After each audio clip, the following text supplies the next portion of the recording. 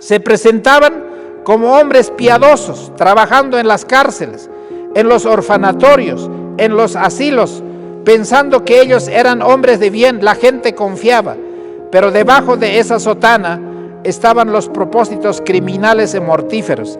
Era un principio fundamental de la orden, que el fin justifica los medios. Siempre que vieran los intereses de la iglesia en peligro, ellos no escatimarían ningún esfuerzo para volverse un luterano, para volverse un bautista, para volverse un metodista y también para volverse un adventista. Muy bien, apreciados hermanos, en esta tarde queremos tocar uno de los temas más solemnes, uno de los temas más controversiales. Esta mañana sentí un extraño ataque del enemigo porque sentí ese deseo de orar y mi corazón se contrajo porque sentí una sensación un poco extraña y sé que el enemigo está trabajando, y este es el mismo sentimiento que Elena White tuvo en este sueño que voy a relatar. Lo hemos titulado El sueño extraño de Elena White. Este relato está en Testimonios para la Iglesia, en la página 502.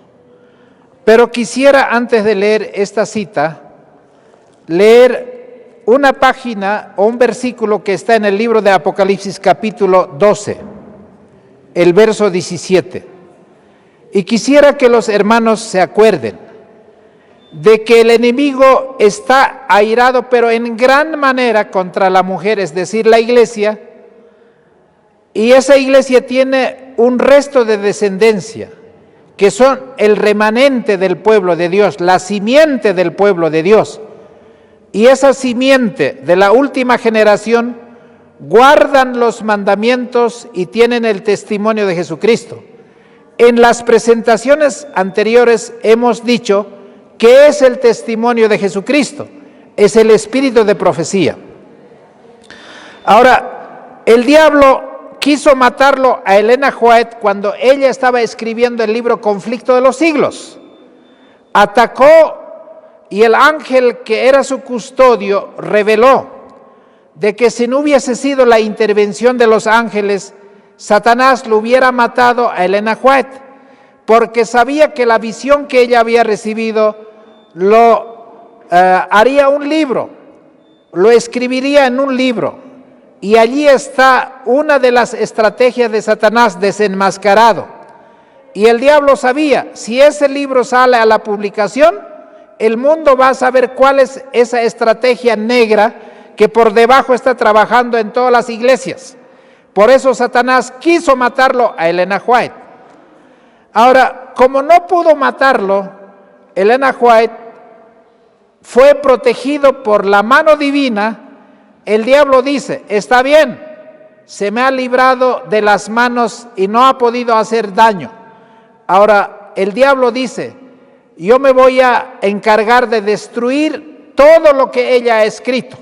Por eso es este testimonio que voy a leer. Está en Testimonios para la Iglesia, tomo 1, la página 502. Y este sueño comienza así. Esa noche soñó que yo estaba en Waterclick, mirando hacia el lado de afuera por la ventana, y vi una compañía marchando hacia la casa de dos en dos. Parecían severos y decididos. Yo los conocía bien y me volví para abrir la puerta del salón para recibirlos, pero pensé que debería mirar nuevamente. ¿Quiénes eran estos visitantes extraños que venían a visitar a Elena White? Ella dice, yo los conocí, eran cara conocida y quería recibirlos en el salón. Pero antes de recibir, ella dice, miré nuevamente. Y la escena había cambiado porque ahora esos hombres que eran conocidos tenían la apariencia de una procesión católica. Sostenían en una mano la cruz. Ahora, ustedes pueden ver que la cruz es señal del catolicismo, aunque es señal de la cruz en la muerte de cruz, pero tenían una caña que es el poder, el bastón. Y cuando se acercaron al lugar donde ella estaba durmiendo, a la casa o al patrimonio de Elena White, alrededor de la casa hicieron una conjura, una ceremonia satánica, y dijeron que los bienes de Elena White estaban confiscados, porque Elena White había hablado contra la Santa Orden. Ahora, ¿cuál es la Santa Orden contra la que habló y escribió Elena White? Y ella dice: el terror se apoderó de mí y corrí atravesando la casa, saliendo por la puerta norte, y me encontré en medio de una compañía, algunos de los cuales yo conocía, pero no me atreví a hablarles una palabra a ellos por temor a ser traicionada. Yo intenté buscar un lugar retirado donde pudiese llorar y orar sin encontrar ojos ávidos, inquisitivos, donde quiera que me volviese.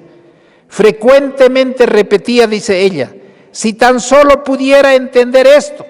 ¿Cómo ella puede entender de que sus mismos hermanos de la iglesia van a traicionar y van a pelear contra los testimonios bajo el poder de Satanás?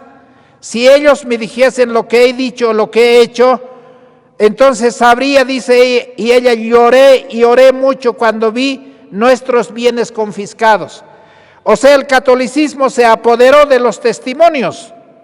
Traté de leer simpatía o piedad hacia mí en las miradas de los que estaban a mi alrededor, y me fijé en los semblantes de varios de quienes yo pensaba que me hablarían y me fortalecerían, pero sin embargo me escapé de esa multitud al notar que estaban vigilando, porque ellos tenían todas las intenciones de confiscar mis bienes. Ahora, en ese momento ella estaba llorando en voz alta, así como cuando uno está soñando y comienza a llorar, y varias veces yo hago despertar a mi esposa: ¿y qué pasa? ¿Por qué estás llorando? Así que su esposo lo despertó. Pero tras que tomó la conciencia, entró en su corazón, en su cara llorosa, una triste depresión de espíritu que estaba sobre mí.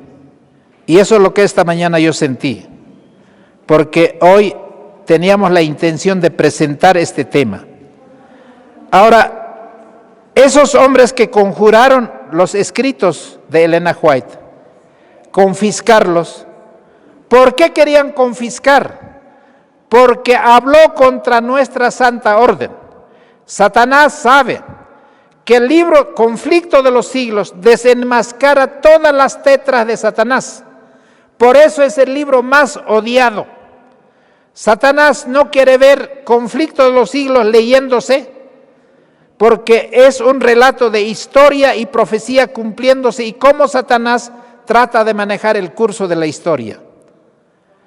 En ese Conflicto de los Siglos, Elena White habla sobre los jesuitas y dice lo siguiente: pasados los primeros triunfos de la Reforma, Roma reunió nuevas fuerzas con la esperanza de acabar con la Reforma. Entonces fue cuando nació la Orden de los Jesuitas. ¿Quiénes fundaron la Orden de los Jesuitas? Que es la orden más terrible que existe contra el Evangelio de Jesucristo. Hermanos, cuando Martín Lutero levantó la Reforma, la sola Escritura, la sola fe, la sola gracia, sola Cristo y la gloria es para Dios, el catolicismo, a través de la inspiración del enemigo, dijo: si los protestantes siguen haciendo su trabajo de evangelismo y avanzando en tener más escuelas, colegios, iglesias, todo el mundo se va a volver cristiano, se va a volver protestante, y la Iglesia Católica no puede quedar de brazos cruzados. Entonces dijeron: tenemos que fundar una orden que se llame los Soldados de Jesucristo, fundado por Ignacio de Loyola. Estos hombres eran insensibles a cualquier afecto natural. Si ellos encontraban que su padre era un protestante, no tendrían que tener ni compasión ni nada para matarlos. Si fuese su esposa, sus hijos, ellos no tenían ley que obedecer, no tenían bandera, no tenían nación, no tenían iglesia. ellos se debían a la orden de los jesuitas. ¿Por qué Satanás inventó esta forma de trabajar? Porque los discípulos de Cristo habían sido capacitados por el poder del Espíritu Santo para sufrir y soportar los padecimientos. Hoy a veces, hermano, me da cierto sentimiento encontrado cuando hermanos adventistas, que por el solo hecho de que algún pastor le ha dicho que no tiene que leer un libro, ya no leyó, o que no tiene que ir a esa reunión, se ha encogido y ya no va. ¿Qué pasará cuando haya, hermanos, persecución, miseria, cuando haya que enfrentar el calabozo, cuando tengan que afrontar el potro, cuando tengan que enfrentar la hoguera como enfrentaron los reformadores? Hermanos, el jesuitismo estaba inspirado en un fanatismo. Ellos estaban dispuestos a soportar todos los peligros, lo mismo que los discípulos habían soportado. Ellos tenían voto de pobreza, ellos eran humildes, eran estudiantes de arte, eran hombres que trabajaban consagrado a esa orden. Hermanos, como miembros de esa orden, se presentaban como hombres piadosos, trabajando en las cárceles, en los orfanatorios, en los asilos, pensando que ellos eran hombres de bien, la gente confiaba, pero debajo de esa sotana estaban los propósitos criminales y mortíferos. Era un principio fundamental de la orden, que el fin justifica los medios. Siempre que vieran los intereses de la iglesia en peligro, ellos no escatimarían ningún esfuerzo para volverse un luterano, para volverse un bautista, para volverse un metodista y también para volverse un adventista.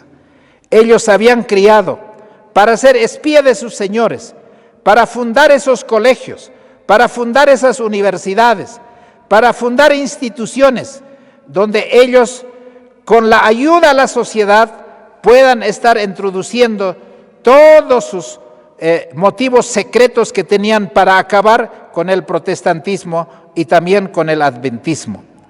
Hermanos queridos, los jesuitas se esparcieron por toda Europa, llegaron a América. Ellos tenían más poder, todo el dinero podían tener para que la orden sea cada vez más apoyada y con más poder económico, más poder político. Ellos se volvían políticos, ellos eran pastores, no importa lo que fuesen, no había ningún límite. Ellos podían convertirse en cualquiera que sea con tal de que el protestantismo sea exterminado.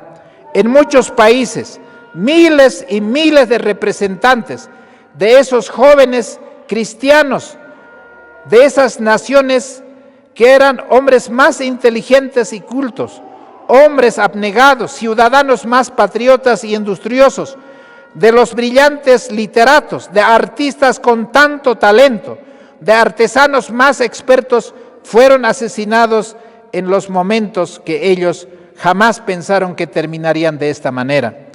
Hermanos, estudiar este tema es la que estoy leyendo de Conflicto de los Siglos 249 al 250. Por esa razón, Satanás estaba enojado con los testimonios, con los escritos de Elena White, y hoy día hay una guerra contra los testimonios.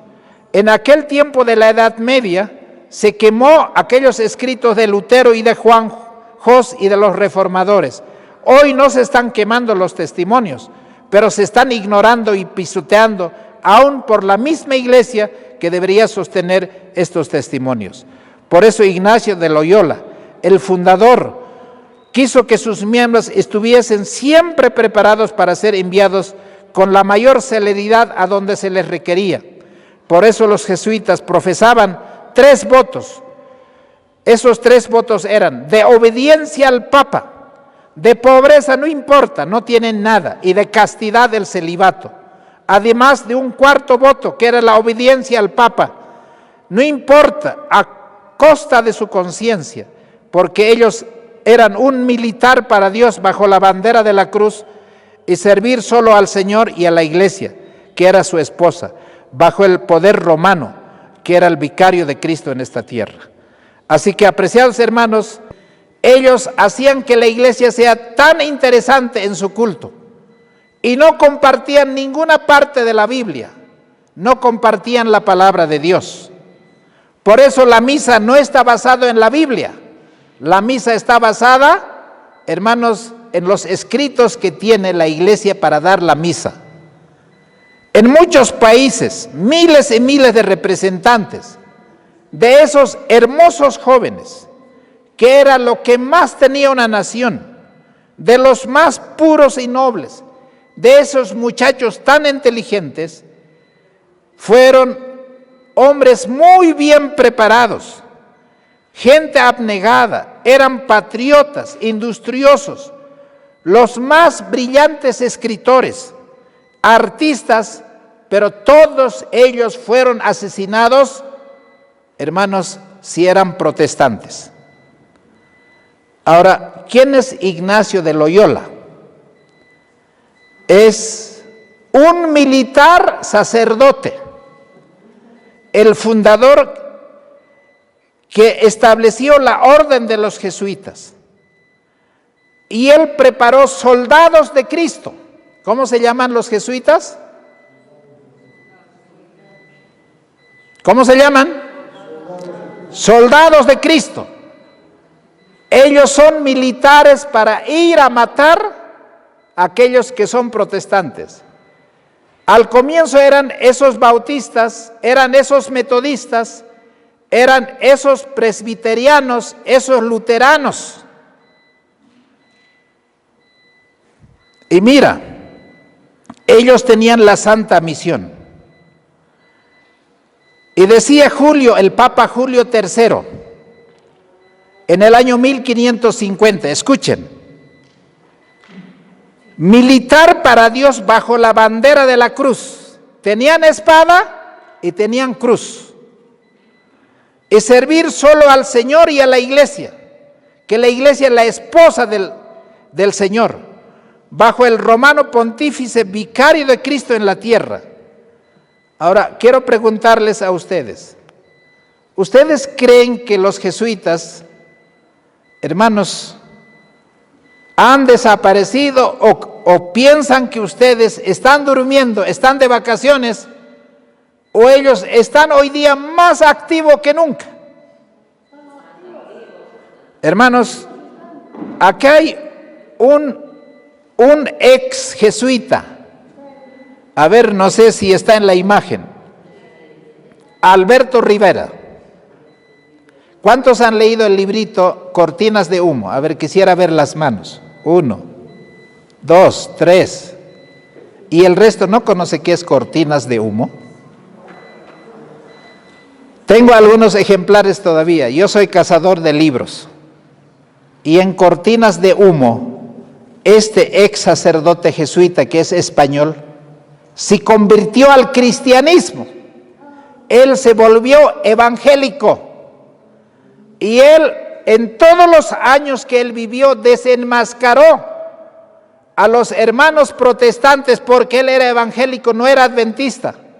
Y él dijo, hermanos, en sus sermones y en las prédicas, de que el Papa y la orden de los jesuitas son los que están destruyendo todo el protestantismo.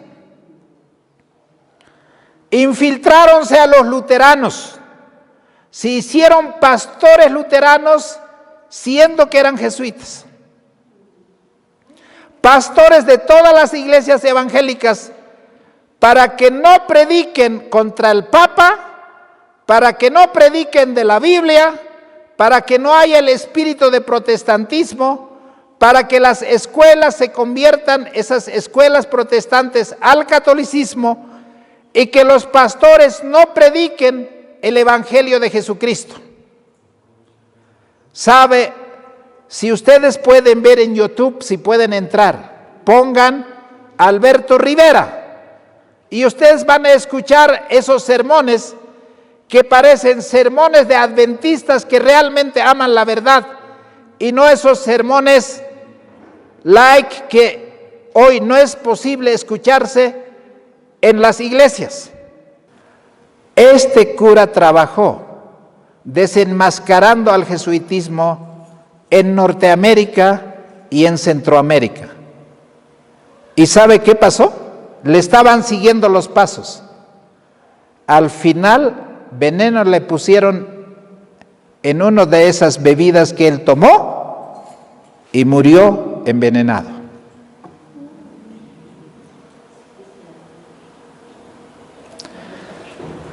Quisiera preguntarles, los luteranos, Martín Lutero decía, si hay un infierno, no puede estar en otro lugar que no sea en el Vaticano. Y si hay un demonio, no puede ser otro que no sea el Papa. Ahora, yo les pregunto, ¿en qué iglesia se predica así? ¿Hoy los luteranos siguen predicando ese mismo mensaje o han cambiado su mensaje? Completamente. Ni los metodistas ni los bautistas. Hace 50, 60 años, la iglesia adventista predicaba el libro de Apocalipsis capítulo 13, las dos bestias. ¿Quién era la primera bestia? La iglesia católica. ¿Quién era la segunda bestia? Estados Unidos. Y predicamos, hermanos, que el falso día de reposo es la marca de la bestia. Pero yo les pregunto, ¿hoy esos son los mensajes que se predican en nuestras iglesias? ¿Qué pasó? Oye, yo tendría que sospechar, hermano, aquel que predica otra cosa, hermano, este no me parece adventista. Y yo recuerdo, un pastor vino, un pastor argentino, y él vino, creo que fue en El Salvador, no me acuerdo, y él predicó en el Congreso del país. Escuchen. Por favor, pongan reverencia. Y entonces, él dice que trajo, no me acuerdo si eran 1000, 2000, conflicto de los siglos, de Estados Unidos, vino a apoyar esa conferencia en el mismo Congreso del país. Y él predicó, y cuando él predicó, dice que todo lo que eran parlamentarios, jueces, gente del gobierno, estaban presentes allí. Y entonces, cuando pasó algunos días, le llama una mujer y le dice, quiero encontrarme con el pastor. ¿Y de dónde le está llamando? Le estamos llamando del arzobispado. Y si te llaman del arzobispado, ¿qué haces tú? ¿Te asustas o no? Y este pastor dice, me asusté un poco. Estaban pidiendo, no me acuerdo si exactamente eran 80 conflictos de los siglos o eran 200 conflictos de los siglos. Pero para el arzobispado, tantos libros. Conflicto de los siglos, nada menos. Y fue este pastor a visitarle al arzobispo. Y cuando entró al arzobispado, le hizo pasar a la biblioteca y en la biblioteca le dijo, doctor, siéntese, pastor, siéntese. Yo estoy escuchando todos sus sermones. Para entonces eran esos cassettes de Betamax. Y este cura jesuita tenía todos los temas de Betamax. Y todos había escuchado. Y ese le asustó un poco más todavía. Y yo conozco el Evangelio eterno, conozco el mensaje de los 3 ángeles, conozco la verdad del sábado y conozco también a Elena White. Y entonces le sacó los libritos morados. Él dijo, doctor, léalo. Y lo agarró y lo leyó, marcado, marcado, marcado, marcado, marcado, todos los libros estudiados. Y él le dijo, estos son los mejores libros que yo conozco.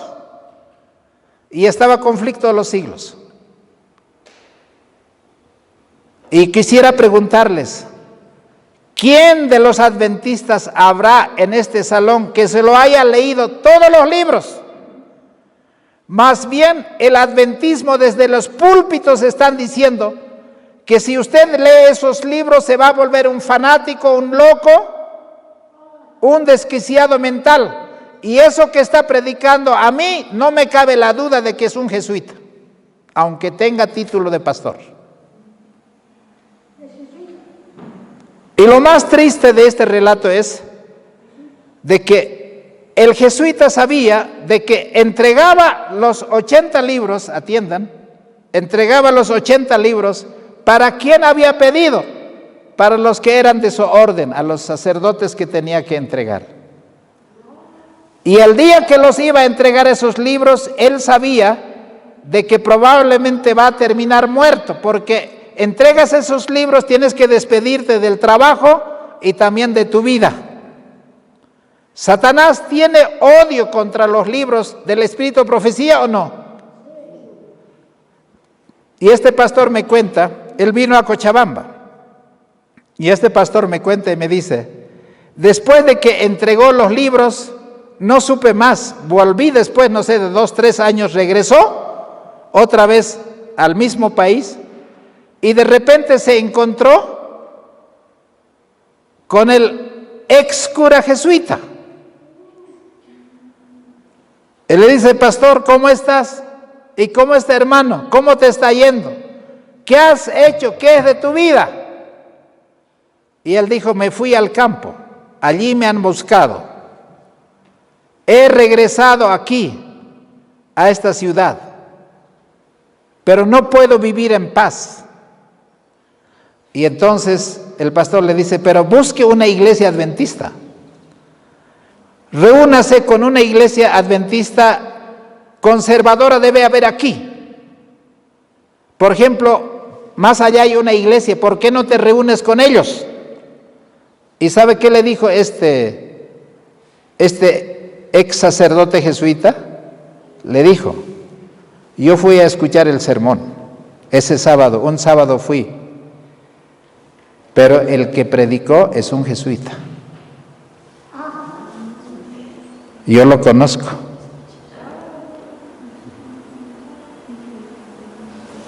¿Sabes quiénes son los más ingenuos? Nosotros somos ingenuos. Ahora, ¿cómo se inició?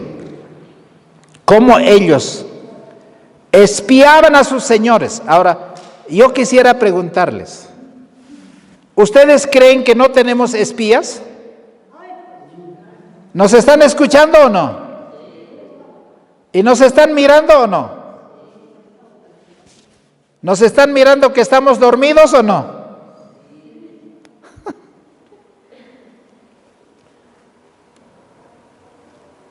Y el diablo dice, arroró, arroró. No hay mensaje que despierte.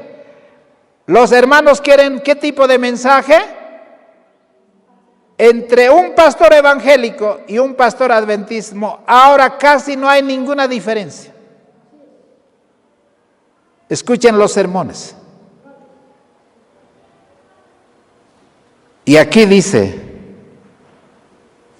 en Conflicto de los Siglos, la página 215, ellos comenzaron a ganar, a dirigir la política de los países, educar a los príncipes y a sus hijos. Se infiltraron en todas las iglesias. Y Alberto Rivera, ese cura jesuita, dice que, hermanos, el trofeo más codiciado se llama la iglesia adventista. ¿Cuál es la iglesia más codiciada del jesuitismo? El adventismo. Ahora, la pregunta es, ¿se habrán infiltrado o no se han infiltrado? Ahora, ¿cómo vas a descubrir que son infiltrados? Habría que pasar un escáner. Y ese escáner es la palabra de Dios y los testimonios. Si pasan la prueba, son verdaderos pastores. Si no son, lobos rapaces. Y yo recuerdo, hermanos, después de la muerte de Elena White en 1915, se hizo el primer concilio teológico en 1919. Para 1930 ya había un manual de iglesia. Para 1930, hermanos, ya habían la nueva teología introducido. ¿Y qué eran esa nueva teología que se había introducido? El concepto de pecado, el desprecio menguando la autoridad de los escritos de Elena White. Se descartó, hermanos, la inspiración de los testimonios. Allí se fue formulando el manual de iglesia. Allí, por ejemplo, la doctrina de la Trinidad estaba introduciéndose, así como hoy se conoce la doctrina de la Trinidad, igual que el catolicismo. Hace 25 años estudiamos con los hermanos, que aquí creo que ya no hay ninguno que esté presente. ¿En qué creían los pioneros, hermanos, con respecto a esos temas? Y esos libros lo tengo, las fotocopias. Y cuando yo presenté esos temas, hasta nuestros propios hermanos se enojaron. Hermanos, o somos católicos o somos protestantes, hermanos. Pero no quiero incidir en ese tema porque eso puede, hermanos, sacar roncha a muchos. Hay un mensaje que predicar y hay un mensaje que se debe enseñar. Ahora, voy a leer con ustedes el libro de Gálatas capítulo 2, versículo 4. En aquel tiempo, el apóstol Pablo ya veía claramente cómo, hermanos, el enemigo se había entrado dentro de los apóstoles. Y dice así, versículo 4. Y a esto, a pesar de los falsos hermanos, introducidos a escondidas. Hermanos, ¿qué hemos hecho nosotros con la educación? ¿Qué hicieron los protestantes? Mandaron a los pastores protestantes a las escuelas de teología de posgrado, a las universidades católicas. Y después de terminar su especialidad, esos pastores evangélicos, ¿cómo regresaron? Con toda la enseñanza católica. Y eso es lo que enseñaron a sus hermanos a través de los sermones, sin cambiar de iglesia.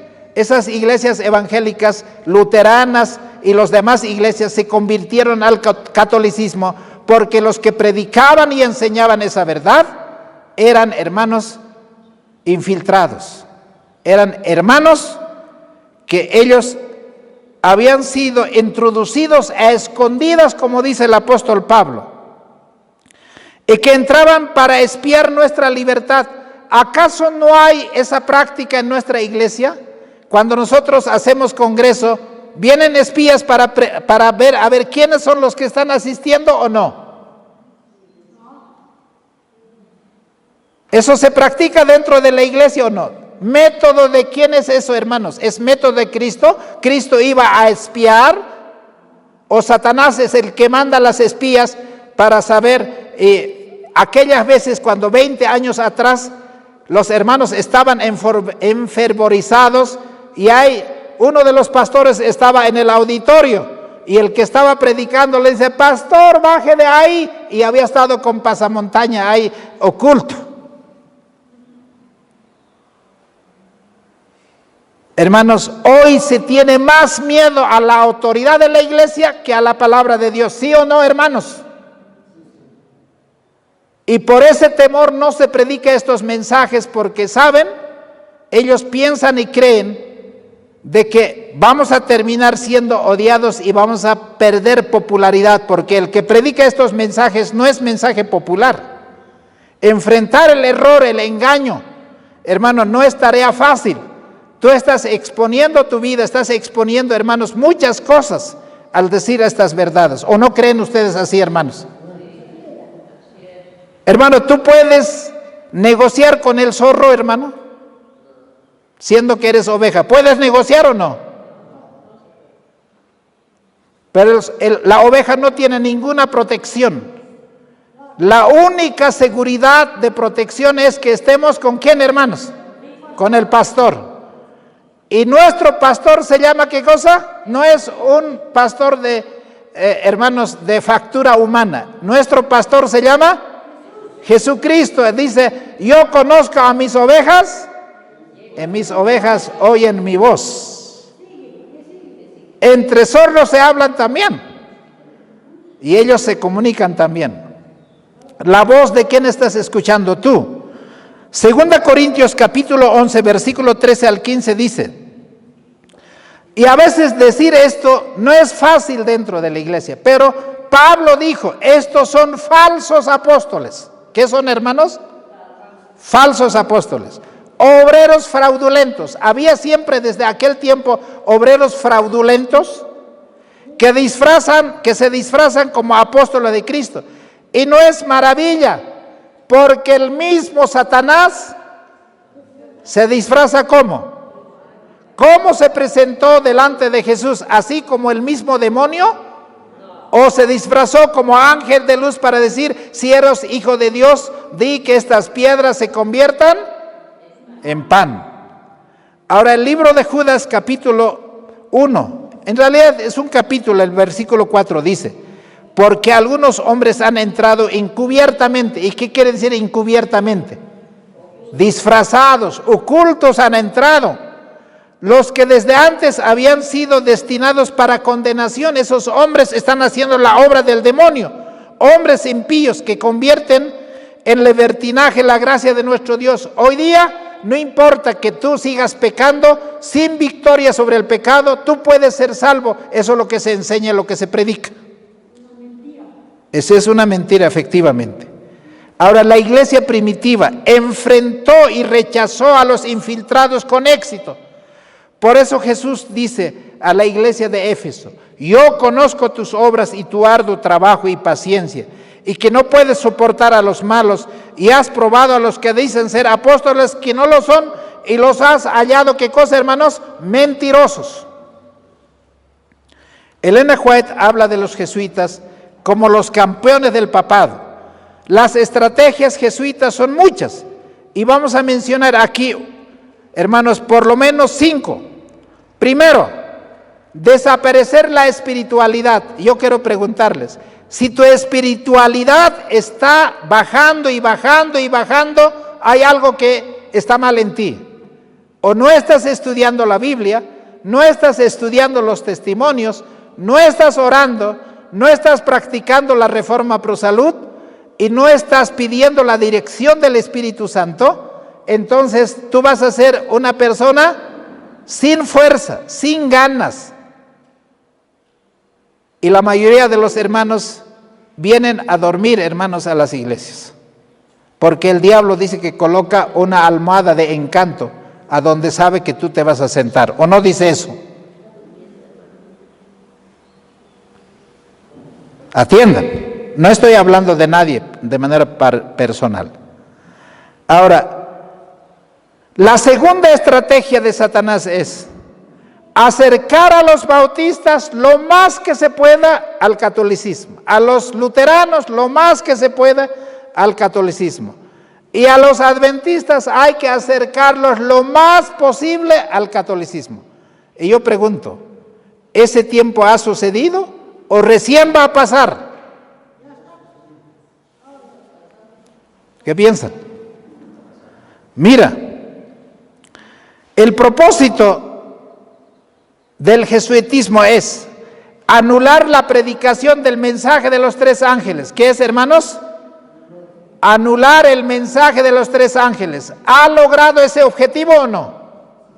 Porque no se puede predicar el mensaje de los 3 ángeles sin el conflicto de los siglos, sin evento de los últimos días, ¿o no? Esta presentación lo vamos a hacer cómo los testimonios han sido falseados. ¿Ha sido falseado o no?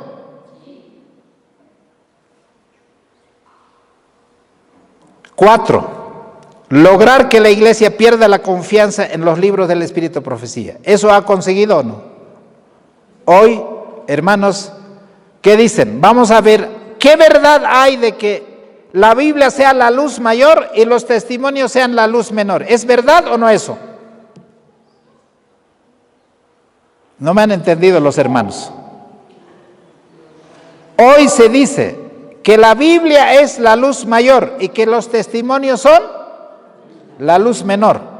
¿Y qué prefiere el hombre que predica desde el púlpito? Yo les voy a enseñar con la luz mayor y la luz menor no voy a utilizar. ¿Es correcto esa interpretación? No, no es correcto. Esa pretensión es falsa. Eso es anular los testimonios pensando que con la Biblia solo puedes hacer, pero el diablo tiene odio contra los testimonios. Punto número 5. Preparar a la iglesia para que acepte el domingo como día del Señor. Ha conseguido Satanás introducir en la misma iglesia adventista para que se acepte el domingo como día alternativa de adoración. Hay adventistas que guardan el domingo, pero también hay adventistas que bautizan homosexuales y lesbianas. ¿Hay o no hay? Ahora, ¿eso es enseñar y aceptar el error o enseñar o aceptar la verdad, hermanos? No podemos ser neutrales. Estamos viendo en el video que han visto ayer, los niños apenas tienen 3, 4 años diciendo: a mí no me digan si soy hombre o mujer, y yo sabré elegir de cuál de los sexos soy. Y nadie me puede prohibir de que yo elija mi sexualidad. ¿Quiénes están diciendo? Unos chiquititos. ¿Qué está pasando, hermanos, en la educación, en la familia? Hoy está, hermanos, la familia patas arriba. Se está destruyendo el hogar. Se está destruyendo el papel de papá y el papel de mamá, ¿o no? ¿Y nosotros qué decimos, hermanos? Todo está bien, ¿verdad? Todo está bien. No vamos a decir nada. O es momento de decir que anda algo mal aquí. Huele mal. Ahora, en el libro de Spalding Magan, el testimonio dice así: escuchen, yo vi que la iglesia nominal y los adventistas nominales, como Judas, nos van a entregar a los católicos. Yo no sé si estoy leyendo mal. Para obtener su influencia para luchar contra la verdad. Los santos serán entonces un pueblo oscuro. ¿Cómo lo van a ver aquellos que predican esos mensajes? Un pueblo oscuro, que son fanáticos, poco conocido para los católicos, pero las iglesias y los adventistas nominales que conocen nuestra fe y costumbres, porque ellos nos odiaron a causa del sábado, ya que no pudieron refutarlo, traicionarán a los santos y los denunciarán a los católicos como los que desprecian las instituciones del pueblo, es decir, que ellos los que guardan el sábado y desprecian el domingo. Hermanos queridos, para ir terminando, el dragón se llenó de ira contra la mujer y se fue a hacer guerra contra el resto de la descendencia de ella, los que guardan los mandamientos de Dios y tienen el testimonio de Jesucristo. Hermanos, no tenemos que dudar. No toda la iglesia en el tiempo de Cristo tenía la verdad. Eran pocos los que tenían la verdad. Jesús no predicó en las sinagogas, ¿no es así? Hermanos, hoy el tiempo ha llegado de que probablemente en el tiempo de Anás y Caifás, en esas iglesias, la sinagoga de entonces, lo que se enseñaba era una religión falsa. Por eso crucificaron a Jesucristo. Y la iglesia va a volver a repetir. No quiero ser yo desde este lugar como enemigo de la iglesia, como muchos me lo han dicho.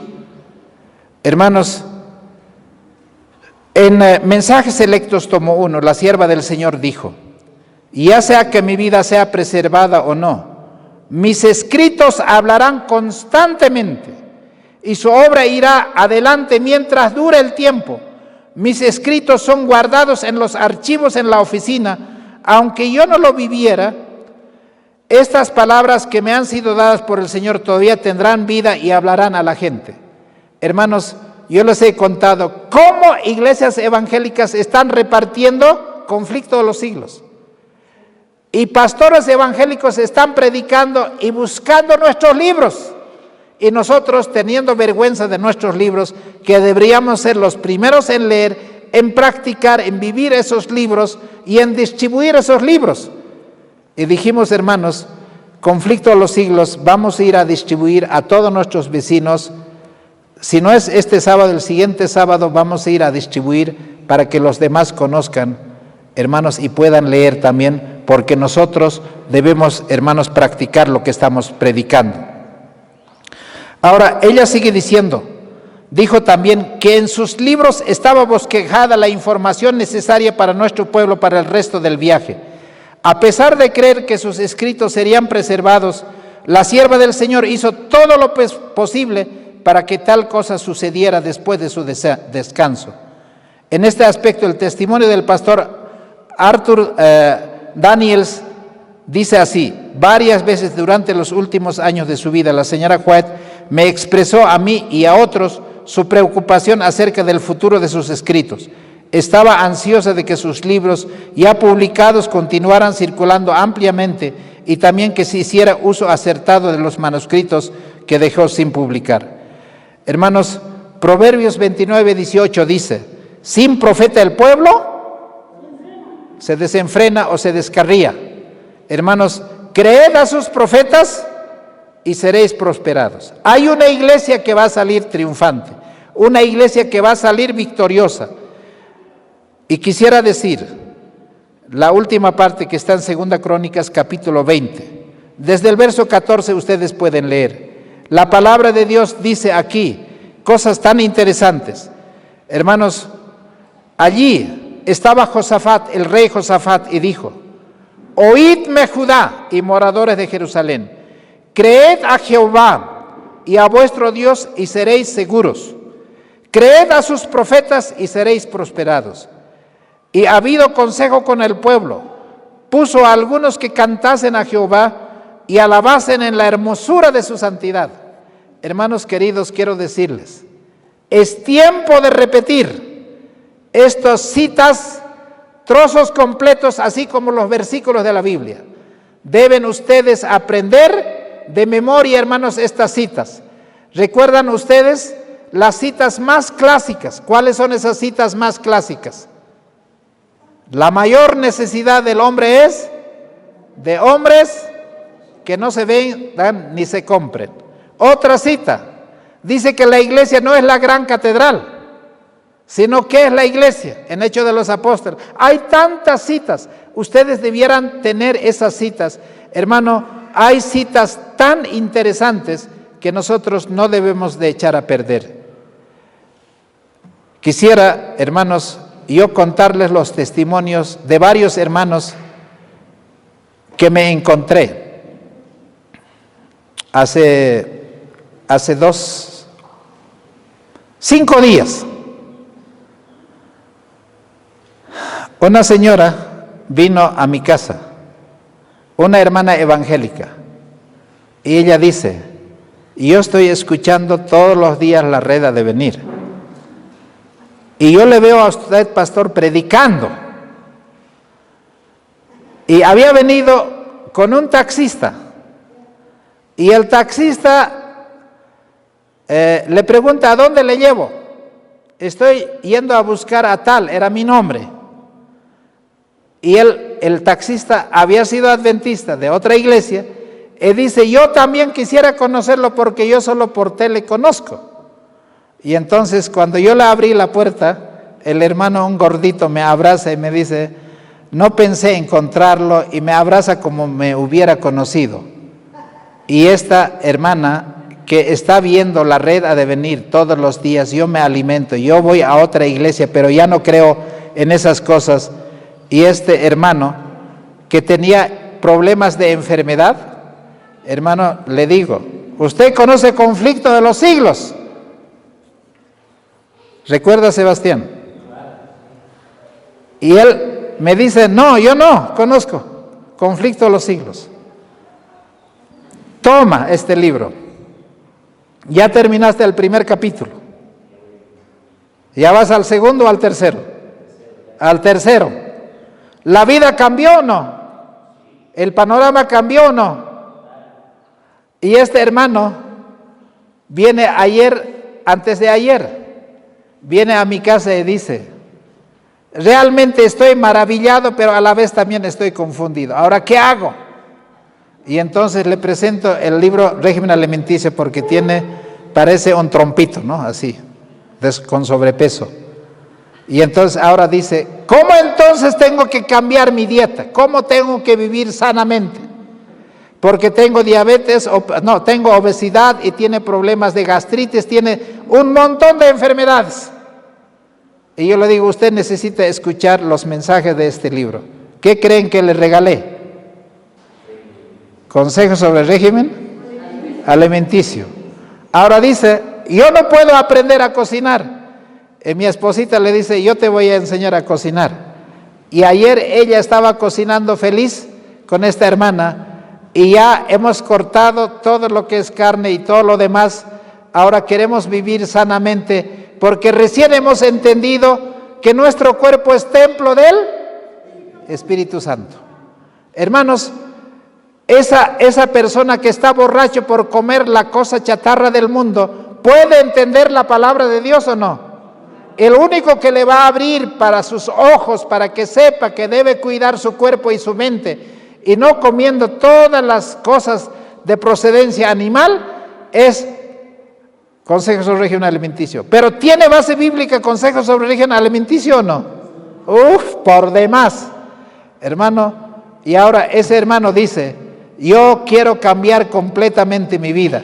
Los frutos por sí mismos van a hablar, pero en el pueblo adventista, hermano, el régimen alimenticio es un libro ignorado, no solo que es menospreciado, no solo que, hermano, es pisoteado, sino que la iglesia dice en su conjunto que no nos vamos a salvar por comer o no comer, ¿o no?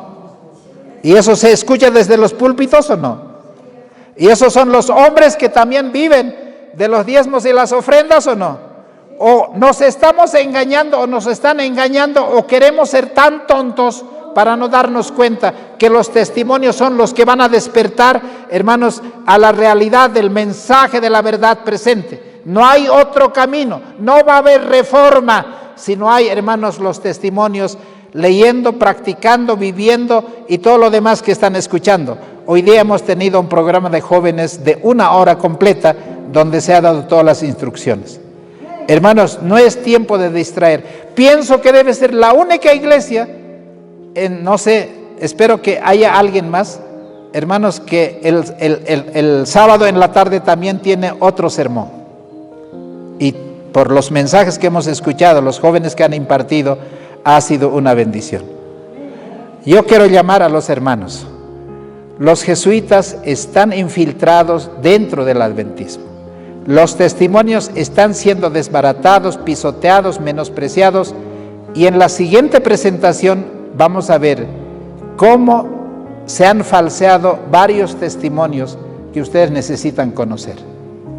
Hermanos, el diablo está airado, Satanás está enojado, pero no tengamos temor. ¿Qué dice Jesús? Yo soy el buen pastor, nadie va a arrebatar de mi mano. Y podemos decir amén o no. Nadie nos va a arrebatar de su mano. El enemigo ya está vencido. Por más demonios que vengan, 1000 demonios, hermano, pueden venir 10 zorros si quieren también atacar a las ovejas. Pero si el pastor está presente, cualquier zorro va a escapar. No hay zorro que no tenga temor porque seguro que el pastor les va a matar. Hermanos, que el Señor nos ayude a poder comprender, hermanos, cuánto el enemigo odia los testimonios. ¿Se dan cuenta, no? Hoy, por favor, agarren sus libros, lean y estudien, ayunen y oren, y va a haber una reforma real en tu vida y vas a andar con la chispa del Espíritu Santo a fin de que nosotros podamos ser, hermanos, aquellos que vamos a llevar a tiempo, así como los apóstoles, sin tener miedo a la cárcel, al potro, al calabozo, no importa lo que venga. El Señor es, hermanos, nuestro buen pastor.